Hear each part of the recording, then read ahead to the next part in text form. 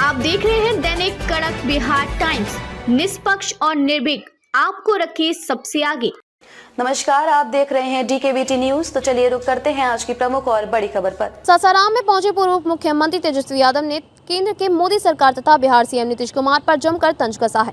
पूर्व उप मुख्यमंत्री तेजस्वी यादव ने कहा कि बिहार सरकार के पास बिहार में रोजगार तथा विकास के लिए कोई विजन नहीं है। डलते उम्र में सीएम नीतीश कुमार अब कुछ करने लायक नहीं है। वहीं पीएम मोदी पर कहा कि केंद्र सरकार सिर्फ गुजरात का योजना का लाभ दे रही है।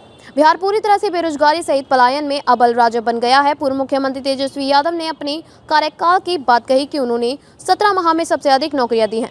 उन्होंने कहा कि जनता उन्हें आगामी चुनाव में मौका देती है तो बिहार में मां बहन योजना के तहत 2500 खाते में सीधा भेजा जाएगा। अन्य लागू पेंशन योजना की राशि बढ़ा दी जाएगी। उन्होंने कहा कि सीएम नीतीश कुमार के पास किसी प्रकार का विजन नहीं है कि वह बिहार का विकास करेंगे। उन्होंने उनके डलते उम्र पर भी टिप्पणी की। बता दो कि पूर्व उप मुख्यमंत्री तेजस्वी यादव आज सासाराम में अपने कार्यकर्ताओं के साथ संवाद कार्यक्रम में शरीक हुए, जहां उन्होंने आगामी चुनावों की जीत के लिए कई टिप्स दिए और कार्यकर्ताओं को आगामी चुनाव में विजय सुनिश्चित करने के लिए पूरी तरह से तैयारी रहने की जोश भरे। सासाराम से शाहाबाद ब्यूरो नीलेश कुमार की रिपोर्ट। कराते हैं और बिहार चलाना इसके लिए अब असंभव हो चुका है। मुख्यमंत्री थक चुके हैं और रिटायर्ड अधिकारी के साथ बिहार चला रहे हैं।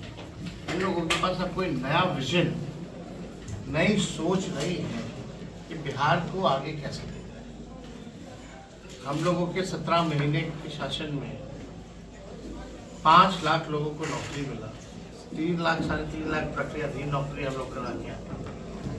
बिना पेपर लीक हुए नियुक्ति पत्र मिलता था। गांधी मैदान में रोजगार मेला लगता था जहाँ राजनीतिक रैलियां होती थी। आज वही गांधी मैदान JK गोलंबर पर छात्रों को पीटा जा रहा है, कूटा जा रहा है प्रशासन द्वारा। वो अपने अधिकार हक के लिए लड़ रहे थे। वो 17 महीने में लोगों को एक उम्मीद थी, चेहरे पे खुशी थी। आज लोगों की आंखों में आंसू है, देह पे चोट है और पूरी तरीके से जो है निराशा जो है उनमें छाई हुई है। कोई वर्ग इस मौजूदा सरकार से खुश नहीं। एक ही ब्रांड का एक ही बीज एक खेत में जमीन में रोपिएगा 20 सालों तक तो जमीन भी खराब हो जाता है और फसल भी नहीं आती। अब समय है बिहार को नए ब्रांड का नया बीज लगाने की, ताकि फसलें भी अच्छी हो और आने वाले नस्लों का भविष्य भी बेहतर हो। तो इसमें हम लोग जो है एक बार पूरा बिहार घूमेंगे।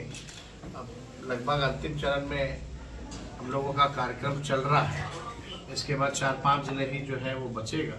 कल भोजपुर हम लोग करेंगे, उसके बाद नवादा, नालंदा, छपरा, सिवान, पटना का जिला ही बच जाता है। तो हम सब लोग क्या विजन होगा हमारा 2025 के लिए, क्या हमारा ब्लूप्रिंट है, बिहार को हम कैसे आगे ले जाएंगे सभी लोगों के लिए, चाहे मजदूर हो, गरीब हो, किसान हो, नौजवान हो, बुजुर्ग हो, महिला हो। बिहार में इंडस्ट्री की बात हो, बिहार में पलायन कैसे हम लोग रोकें, बिहार को अव्वल राज्यों में कैसे ले जाएं, व्यवसायिकों के बारे में हर तरह की चीज़ें जो है उस पर हम लोग रखेंगे और बिहार के सामने एक बार घूम के बिहार की जनता के सामने वो ब्लूप्रिंट जो होगा, हमारा विजन जो होगा वो रखेंगे। हम लोगों ने जो कहा है वो किया है। 17 महीने में नौकरी पहले मुख्यमंत्री कहते थे असंभव है, 20 में कहाँ से लाएगा पैसा, कहाँ से लाएगा, अपने बाप के पास से पैसा लाएगा। आप लोगों ने, सब लोगों ने देखा होगा उनका उस पर पूरे चुनाव कैंपेन में हर एक जगह ये बात बोलते थे। लेकिन हम लोग 17 महीने रहे तो लोगों को नौकरियां दिलाने की काम किया और वही मुख्यमंत्री आज उनको बोलना पड़ रहा है। जो लकीर हम लोगों ने खींची आज उनको उसी पे बात करनी पड़ रही है। तो और कोई सवाल होगा तो आप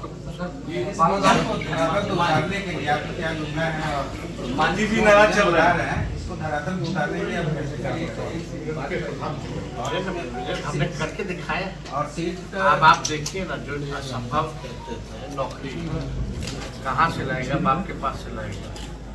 आज वही 17 महीने जब हमारे साथ थे तो नौकरी मिला ना लोगों को।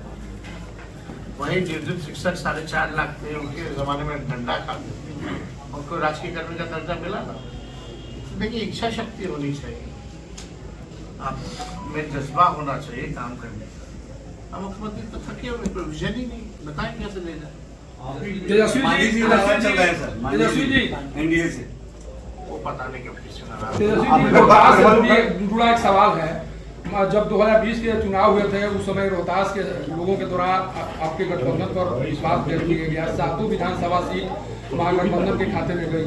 लेकिन रोहतास की जो समस्याएं हैं, चाहे वो क्रैशर उद्योग का मामला हो, बालू से समस्या है, या आरवा प्लांट पे एकदम चौपट हो रहे हैं, क्योंकि जो निर्णय लिया गया है सरकार के स्तर से कि उसना चावल ही गिराना है। ये सवाल तो मुख्यमंत्री से पूछिए ना। सर, सरकार में तो आप भी थे ना, 17 महीना सरकार में आप भी थे। रिजिड थे, बहुत लोग आपके किसी विधायक के द्वारा इस मुद्दे को नहीं उठाया गया, ना तो सड़क पर उठाया गया, ना संसद में सदन में उठाया गया है। और हम लोग भी कई डेलीगेशन से में मिले भी हैं, मुख्यमंत्री तक हम लोगों ने बात को भी पहुंचा है। तो मीडिया में शराब लोग मर रहे हैं, सरकार का ठंड लगती है, ठंड से मारो। मीडिया में शराब पी लोग मरते हैं, लोग सरकार का छुपाना है ना, आपकी नजर में जाती वो तो छुपाना है। आप इसे लगातार मौतें हो रही हैं, कहीं भी आप देख लीजिए, इस बात को छुपाया जाता है। बिहार में शराबबंदी केवल जो है कागजों पर है, ये किसी से छुपा नहीं है। और कैसे उपलब्ध हो रहा है, कौन उपलब्ध करा रहा है, कौन जो है कार्रवाई नहीं कर रहा, सबका एक फिक्स हो चुका है, भ्रष्टाचार है। पशुपति के लालू जी से मिलने पे जदयू का बड़ा आरोप है कि वहाँ पे जो लालू जी का है जो पावर वो सीज कर दिया गया है। वहाँ पे 5 पिंडा लोग हैं, 5 पिंडा के सामने दंड बैठक नहीं करेंगे तो उनका कल्याण नहीं होगा। छोड़िए ना, इन लोगों का क्या कहना नहीं करता। एक सवाल सरकार को चलाया जा नहीं रहा, काम तो किया नहीं जा रहा। आपके पिताजी कह रहे हैं कि नीतीश जी के लिए जो है दरवाजा खुला है। जवाब दे दें, बोल चुका है बिना जवाब का विधायकों के बारे में एक मिनट रुकिए, वो सवाल अच्छा है। अजीत कौन क्या बकवास करता है, उनके पास बकवास का टाइम है, हम लोगों के पास बहुत काम है, हम लोग काम में विश्वास रखते हैं।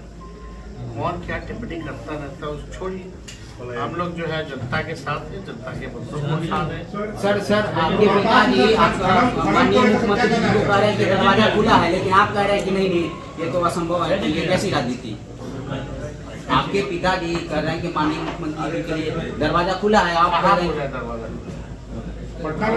आप लोग पूछिएगा दरवाजा आएंगे, कौन सोचता आप लोग बोलते आएंगे, आप लोगों को जैसे कि आपने अभी सुना तेजस्वी यादव को, जो उन्होंने साफ तौर पर बताया कि नीतीश कुमार के लिए कोई दरवाजा खुला नहीं है, ऐसा सिर्फ मंतव्य है। उन्होंने बहुत सारे गंभीर मुद्दाओं पर चर्चा की, जैसे योजनाओं को बताया, बिजली बिल के बारे में बताया, जो कि महंगाई के दर के बारे में बताया, और जहां तक उन्होंने अपराध से जुड़ी काफी जानकारी दिया, जो कि आप लोगों ने उनके मुख से सुना। इस प्रेस कॉन्फ्रेंस के माध्यम से देशवासियों को, अगर उनकी सरकार आती है तो 200 यूनिट बिजली मुफ्त देने का कृपया करेंगे। उन्होंने बहुत सारे वादे किए, क्योंकि उन्होंने ये भी बताया कि 17 महीने में उन्होंने बहुत सारी नौकरियां दी।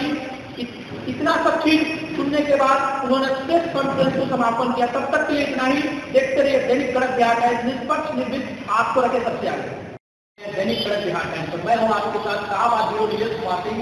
आइए हम जानते हैं कि तेजस्वी यादव का आगमन सासाराम के सर्किट हाउस में हो चुका है, जो कि उनके कुछ विशेष मुद्दों पर बात करने के लिए उन्होंने प्रेस कॉन्फ्रेंस का आयोजन किया है। तो आप अभी थोड़ी देर में हम सुनेंगे कि प्रेस कॉन्फ्रेंस के द्वारा तेजस्वी यादव बिहार वासियों के लिए और नेताओं के लिए और जनता के लिए क्या करते हैं।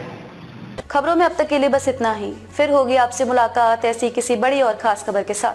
तब तक के लिए नमस्कार और देखते रहिए DKVT न्यूज।